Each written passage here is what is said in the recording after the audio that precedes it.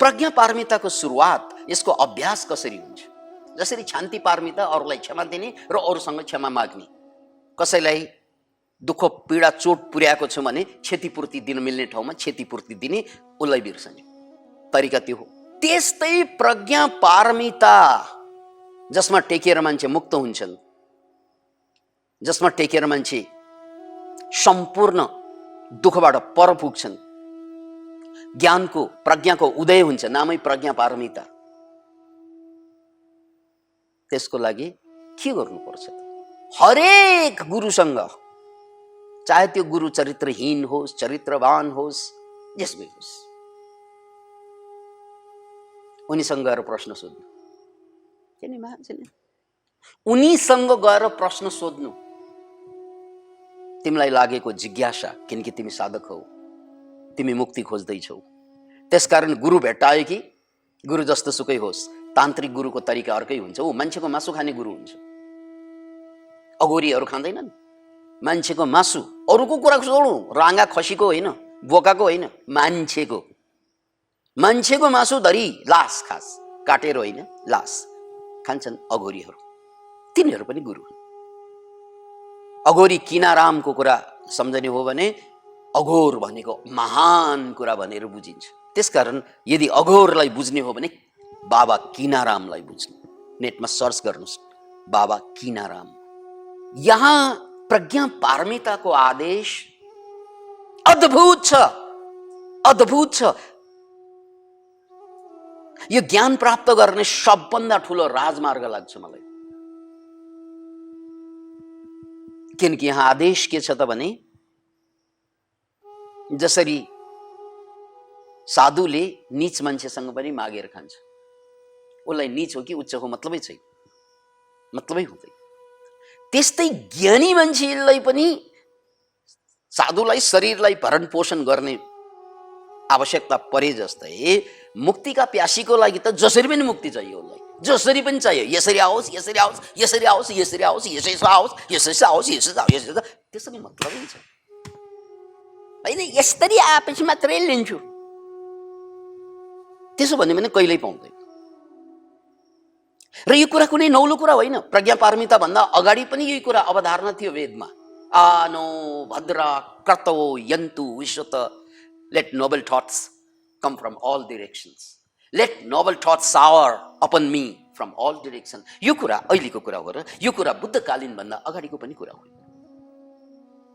तर प्रसङ्ग यो धेरै अगाडिको, यो बुद्धकाल भनेको हाम्रो ऐतिहासिक बुद्ध सिद्धार्थ गौतम जो बुद्ध बने उनको कुरा मात्र होइन। यो त सुमेधको कुरा भनेको त्यो युग युगान्तर अगाडिको कुरा हो। तर तरिका के हो त भन्नाले प्रश्न गर्नु। क्या के गर्नु रे? प्रश्न गर्नु, प्रश्न गर्नु, प्रश्न गर्नु, प्रश्न गर्नु। अनि यहाँ प्रश्न गर्नुमा सबैसँग प्रश्न गर्नु होइन। फेरि कुकुरसँग प्रश्न गरेर जवाफ आउँदैन। कुकुर जस्ता मान्छेसँग प्रश्न गरेर पनि जवाफ आउँदैन। यो पनि याद राख्नुहोस्, यहाँ गुरु जस्तो सुकै होस् भन्ने त कुरा भयो। जुनै सम्प्रदायको होस्, जुनै धर्मको होस्, जहाँबाट आएको होस्, गुरु होस्। किनकि गुरुको मतलब जसले आफ्नो सिङ्गो जीवन त्यसमा खपाएको छ, साधनामा खपाएको छ, त्यो गुरु। त्यसकारण त्यो कुन रङ्गको हो, कुन ढङ्गको हो, कुन कालखण्डको हो, त्योसँग मतलबै छैन। मात्र प्रश्न गर्न सक्नु पर्यो। अनि यो प्रश्न सोध्ने गुरुसँग मात्र होइन, गुरुसँग सोध्नु बाहिरको गुरुसँग। एउटा गुरु त मै भित्र छ, एउटा गुरु बाहिर छ, एउटा गुरु मै भित्र छ। अनि त्यो प्रश्न अन्ततः मैसँग सोध्ने हो। And this is the way, this is the way of transformation. त्यसकारण बहुश्रुत बन, बहुश्रुत बन, बहुश्रुत बन भन्ने पदावली शब्दावली सनातन धर्मभित्र पनि प्रचलित नै शब्द हो। किनकि बहुश्रुत बनिएन भने के लाग्छ, एउटा गुरुको कुरा सुन्दा त्यही गुरुको कुरा सत्य, अरूको असत्य लाग्छ। यहाँबाट चाहिँ सुरु हुन्छ अहङ्कारको यात्रा। अध्यात्मको नाउँमा अरूको अहङ्कारको बिजारोपण छ।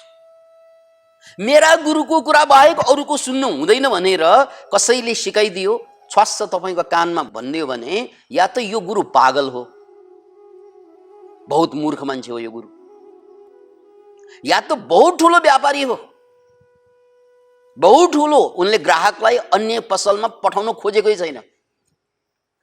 त्यसरी बुझ्नुहोस्, दुनियाँमा अलिअलि खुस्केकाहरूले पनि त्यही गर्छन्। यो मूर्ख किन भनेको भन्नाले बहुश्रुत भएन भने समस्या त्यही आउँछ। मुसलमानलाई गएर भन्नुहोस् कुरान भन्दा माथि पनि कुनै ग्रन्थ छैन, तल पनि छैन, यही मात्र छ भनिदिन्छु।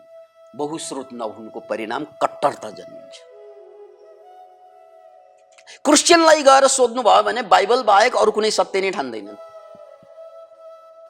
धर्मको नाउँमा योभन्दा ठुलो अहङ्कारको खेती होला, धर्मको नाउँमा ज्ञानको नाउँमा योभन्दा ठुलो अज्ञानताको खेल केही होला। त्यसैमा अर्बौं पैसा, खर्बौं खर्ब पैसाको लगानी छ। फेरि यो धर्म परिवर्तन भनेको यही होइन र? धर्म परिवर्तन होइन, स्वयंको परिवर्तनको आवश्यकता छ। धर्म परिवर्तनले केही पनि लछार पाटो लाउँदैन। परिवर्तन त मनको पो चाहियो, किनकि समस्या मन हो, धर्म होइन। त्यसकारण मनको परिवर्तन डेफिनेटली आवश्यकता छ। धर्म परिवर्तन, आस्था परिवर्तन, श्रद्धा परिवर्तनको कुनै अर्थै लाग्दैन। त्यसकारण त्यहाँ सुमेधले चिन्तन गरेको यो कुरा बुझ्नुहोस्, सबैलाई सुन्नुहोस्, सबै गुरुलाई सुन्नुहोस्। त्यसैले विकासानन्दलाई सुन्ने होइन मित्र, प्रश्न गर्ने हो। सुन्ने होइन, किनकि सुन्यो कि तपाईको पुरानो गुरुलाई हटाइदिन्छ, नयाँ गुरु आएर थपक्क बसिदिन्छ। पुरानो काँडाले तपाईँलाई घोज्थ्यो, अब नयाँ काँडाले घोच्न सुरु गर्छ। फरक के हुन्छ? यही गुरु भनाउँदाहरूले त्यही त गर्ने हो। त्यसकारण कि त त्यो पागल हो, कि त त्यो मूर्ख हो त्यस्ता गुरु, कि त बहुत बडा व्यापारी हो 21औं शताब्दीका। केही नगरिकन मान पनि आउने, सम्मान पनि आउने, पैसो पनि आउने। अहो, यो गुरुडम भन्दा ठुलो व्यापार के होला 21औं शताब्दी? त्यस्ता गुरुलाई हिन्दी शब्दावलीमा एउटा प्रयोग छ, मलाई बहुत मजा लाग्छ त्यो शब्द, घण्टाल गुरु भन्छ। त्यसलाई गुरु घण्टाल भन्छ।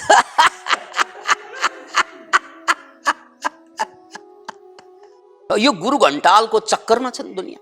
त्यसैले सुमेध जस्ता मान्छेहरूले कुन युगमा त्यो कुरा चिन्तन प्रज्ञा पारमिताको रूपमा अगाडि सारिदिएको छ। सुन्ने होइन गुरुहरूलाई, सुन्यो कि तपाईँ सिद्धिन्छ।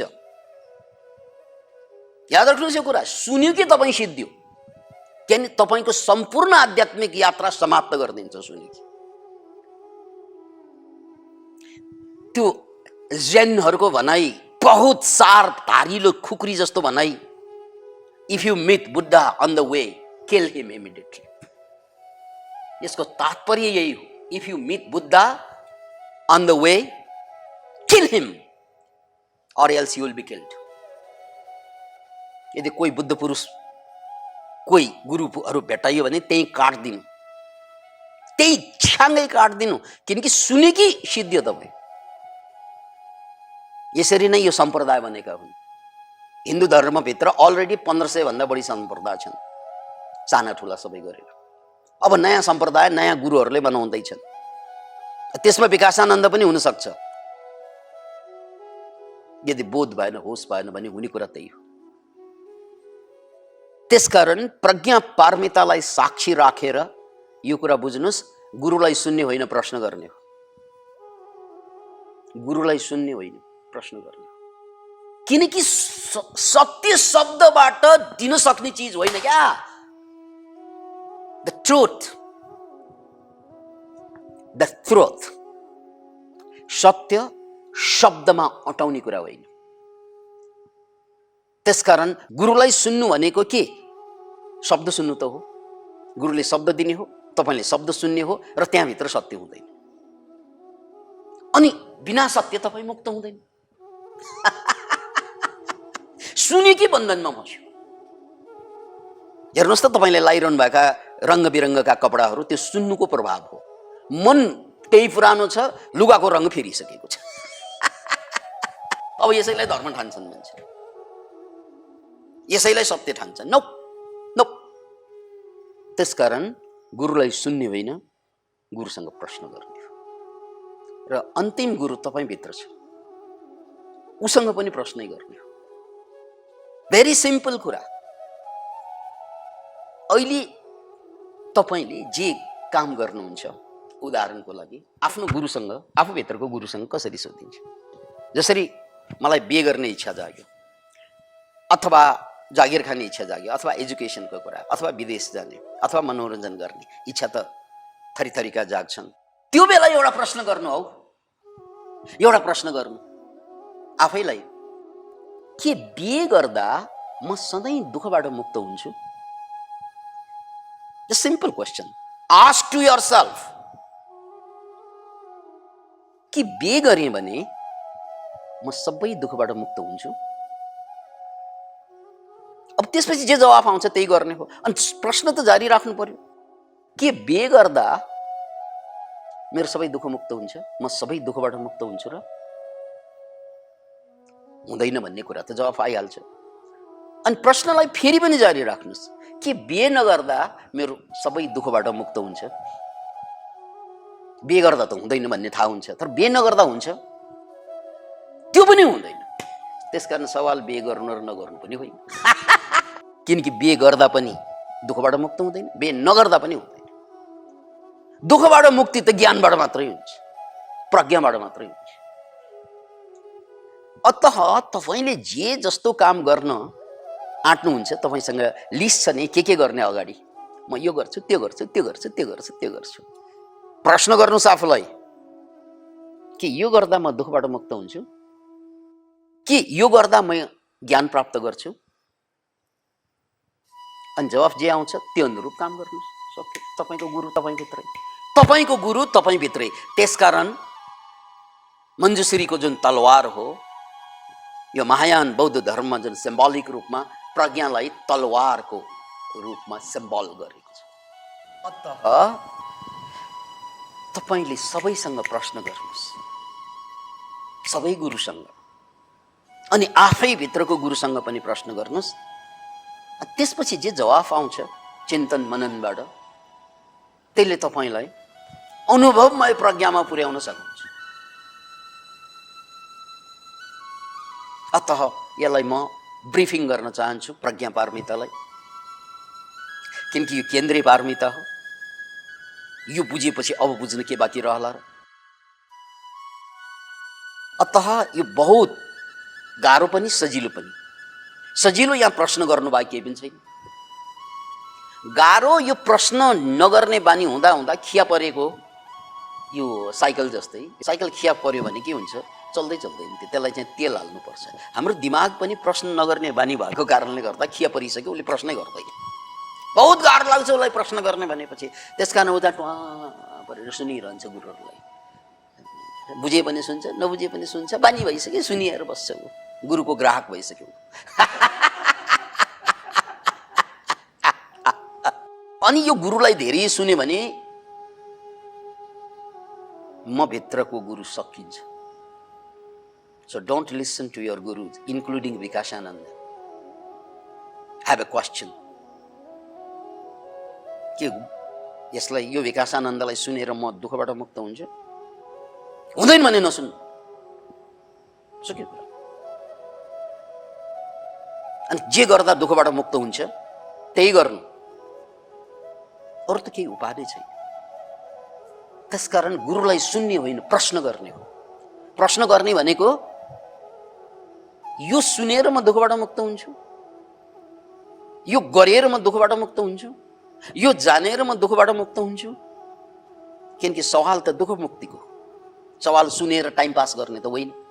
कति मान्छेको त बानी परिसकेको हुन्छ, बिहान बिहान प्रवचन सुन्दा दिनभरि फ्रेस हुन्छ, हजुरको प्रवचन सुन्दा नसुनेपछि फेरि चाहिँ गाह्रो हुन्छ। यो फ्रेसनेसको लागि मात्रै भइरह्यो क्या। सबै गुरुलाई त्यसरी नै मान्छेले प्रयोग गर्ने हो। विकासानन्दलाई प्रयोग पनि त्यसरी नै हुन्छ। बिहान बिहान चाहिँ गुरुको वचन सुन्दा दिनभरि मलाई फ्रेस हुन्छ। Freshness is not transformation, it is again escapism. यो एगेन आफूसँग सत्यसँग रियालिटीसँग भाग्नुहुन्छ फ्रेसनेस पनि मनोरञ्जन जस्तै हो यो बौद्धिक मनोरञ्जन यसलाई बुद्धि विलास भनिन्छ मान्छे चाहिँ भोग विलासमा लिप्त हुन्छन् कोही धार्मिकहरू बुद्धि विलासमा लिप्त हुन्छन्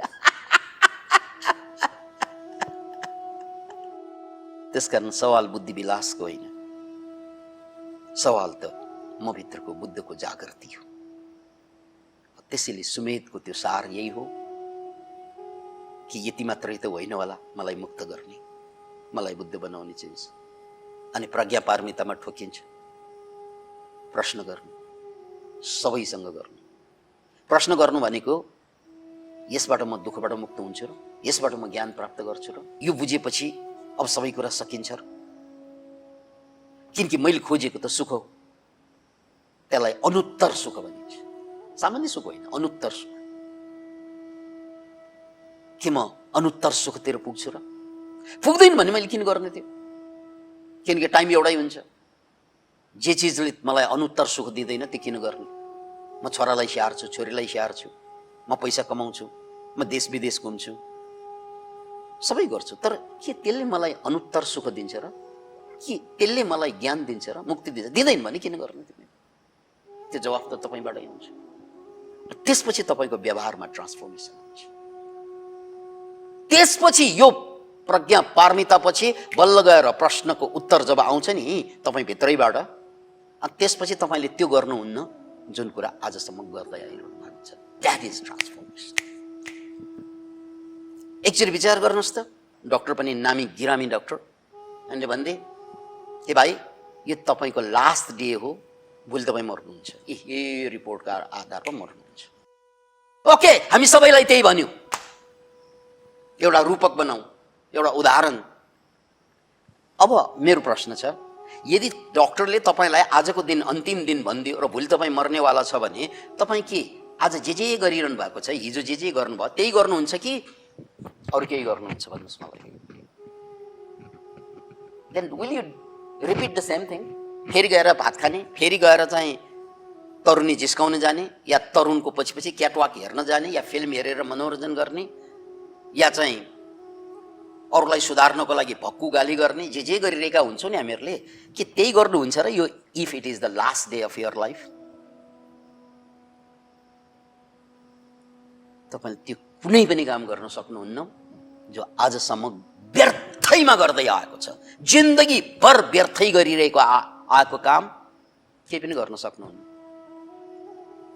यसको एउटा महाभारतमा ज्वलन्त उदाहरण छ भीष्म पितामह इच्छाबाट मात्रै मर्ने स्वेच्छाबाट त्यसकारण उनी जसरी बाँच्दै नै रहे किनकि ऊ मर्दैन भीष्म प्रतिज्ञामा टिक्दै बसे तर जब लास्टमा उनलाई बोध भयो नि अब म मर्दैछु जब लास्टमा बोध भयो नि अब म मर्दैछु यो बोध हुनासाथ उनले पहिलो काम के गरे सबै दासहरूलाई मुक्त गर्ने महाभारतको प्रश्न किनकि अब म मर्नै नै लागेको छ भने यो दासहरू बिचराहरूलाई म मरेर दुःख किन दिने यिनीहरूलाई स्वतन्त्र बनाइदिने क्रान्ति चरित्रमा अरे यार कृष्णको संगत गरेर नपाएको ज्ञान उनले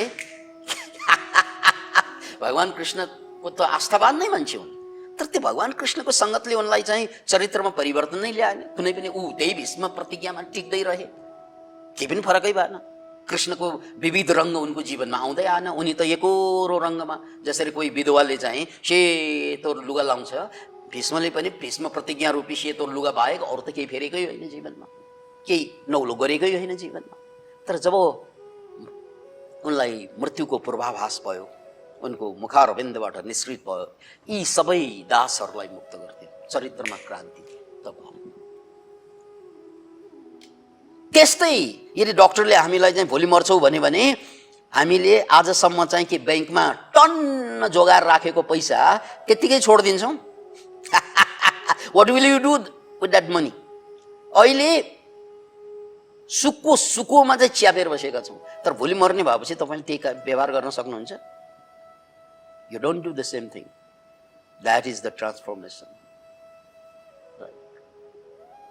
त्यसकारण मित्र जब तपाईँ भित्रबाट जवाफ आउँछ नि तपाईँले क्वेसन गर्दै के यसले मलाई दुःखबाट मुक्ति दिन्छ, के यसले मलाई ज्ञान प्राप्ति गराउँछ, के यसले मलाई समाधि घटाउँछ, यो प्रश्न गर्दै जाँदा पहिलोचोटि तपाईँलाई बोध हुन्छ, ओहो आजसम्मको दिन त व्यर्थैमा गएको रहेछ, आजसम्म जति बाँचियो बेहोसमा बाँचेको रहेछ, कुनै अर्थपूर्ण काम एउटै गरिन, खालि पुरानै कुरालाई मात्र रिपिटेसन गर्यो, जसले मलाई कहीँ पनि हिजो पनि पुर्याएन, आज पनि पुर्याउँदैन, यो काम गर्दा मलाई भोलि पनि कहीँ पनि पुर्याउँदैन, यो कुरा छर्लङ्ग हुन्छ यही प्रज्ञापारमिताबाट। त्यसपछि तपाईँको चरित्रमा, भीष्मको चरित्रमा परिवर्तन आ जस्तै तपाईँको चरित्रमा पनि क्रान्ति आउन थाल्छ। त्यसपछि you are no more same. त्यसैले प्रज्ञापारमितामा बुझ्यो कि बदल्यो, बुझ्यो कि बदल्यो, बुझ्यो कि बदल्यो मात्र प्रश्न गर्नु छ। Thank you.